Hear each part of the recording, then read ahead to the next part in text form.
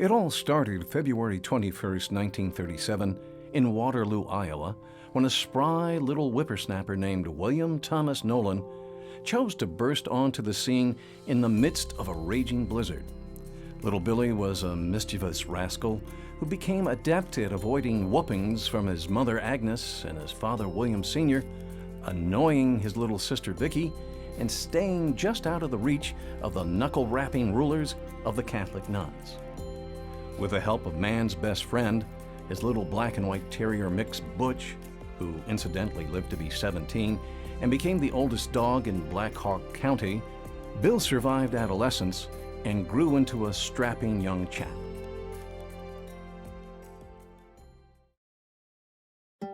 Just over a year later, another small miracle made her world premiere on May 31st, 1938. Margaret Wilson, affectionately known as Margie, was born to Charlotte and Thorvald Anderson on a cattle ranch 5 miles west of Melville, Montana. Margie was a lovely child who could melt your heart with a shy smile. However, beneath that bashful exterior was a fearless girl who, like any good rancher's daughter, could drive a tractor, ride bareback, stare down an angry bull if need be, and bake a mean banana cream pie. She and her 2 brothers, Tom and Perry, along with sisters Susie and Libby, shared many wonderful adventures at the lazy TC Ranch while growing up in the shadow of the majestic Crazy Mountains.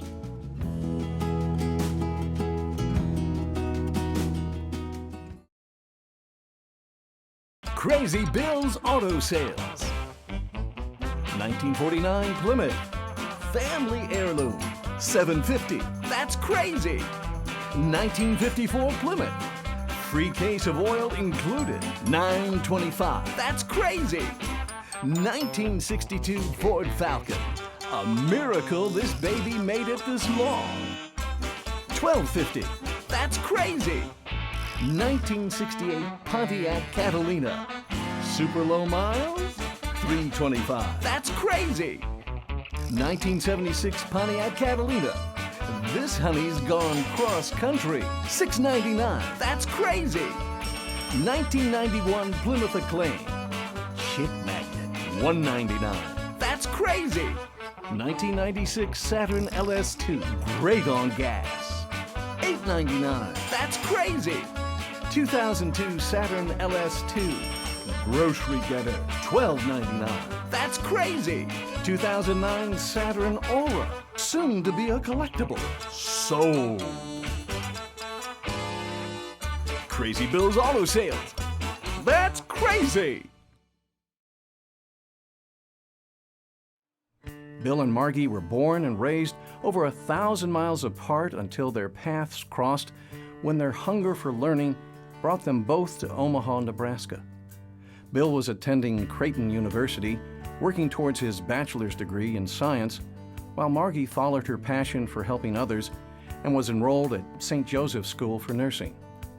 While pursuing his studies, Bill worked for a lawyer to pay for room and board.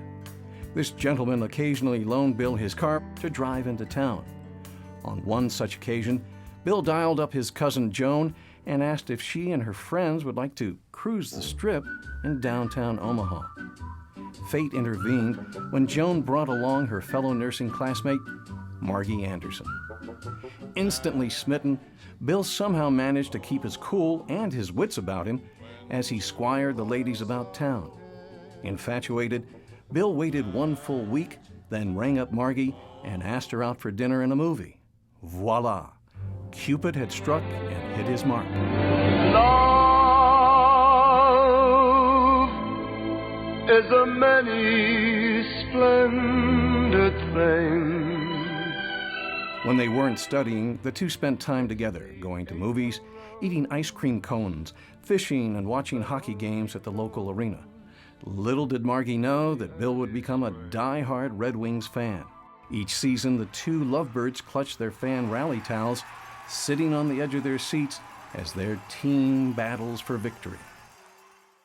The late 50s was a turbulent time in America's history, with the face of the nation changing rapidly. One thing that remained constant was the deepening bond that Bill and Margie were forging. Bill recognized that Margie was one special woman. He knew with certainty that he had better strike while the iron was hot.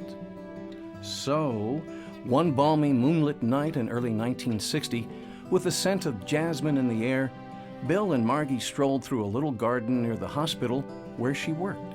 He sat her down on a bench, presented a blindingly brilliant diamond ring, and asked for her hand in marriage. With a resounding yes, a jubilant Margie bustled off to proudly show off her ring to friends and patients at work that evening. Bill's heart was left a-fluttering. Father John Halagowski performed their nuptials at St. Joseph's Catholic Church in Big Timber, Montana on June 3, 1961.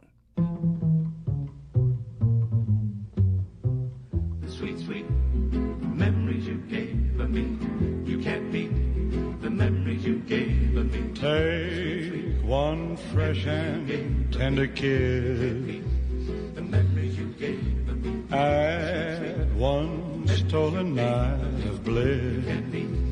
The memories you gave me. One girl, one boy. Friends and family gathered to celebrate their union at a reception held at Margie's grandparents' ranch. It was a beautiful day. The sun was shining and a sky so blue, only the snow-capped purple mountains and our radiant bride could compete. With a just married sign in the rear window and tin cans adorning the bumper, the honeymooners took to the open road in a borrowed 1961 Ford Falcon and drove into Paradise Valley through Yellowstone National Park, then to Jackson Hole, Wyoming. The incredible scenery was nearly as intoxicating as their love. Magic